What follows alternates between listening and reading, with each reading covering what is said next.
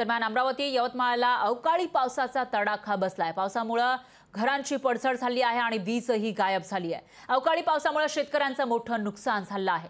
तर अधिकाऱ्यांनी नुकसानग्रस्त भागाची पाहणी केलेली आहे। एकीकडे दुष्काळ पाहायला मिळतोय मराठवाड्यामध्ये, तर दुसरीकडे विदर्भातील काही ठिकाणांना अवकाळी पावसाने झोडपून काढलेला आहे। गारपीट झालेली आहे आणि यामुळे प्रचंड नुकसान झाल्याचं दिसून येत आहे। अमरावती आणि यवतमाळची ही दृश्य, अमरावतीमध्ये काही घरांची पडझड झालेली आहे, वीज पुरवठाही खंडित झाला होता, तर यवतमाळमध्ये पिकं आडवी झाल्याचं पाहायला मिळते। हातातोंडाशी आलेला हा घास आता हिरावला जात असल्याचं दिसतंय।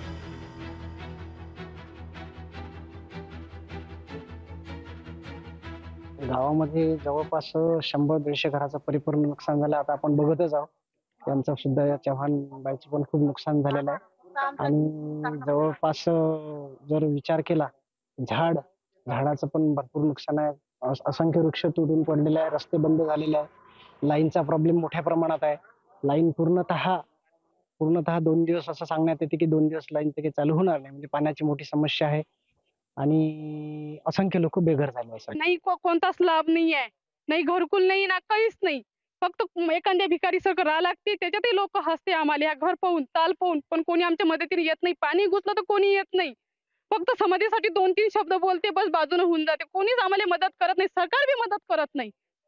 आमचं पुरं घर पडलं, अनाज, गहू, तांदूळ, हरभरे, तूर, दही सगळं पीठ गीठ सगळं ओलं झालं।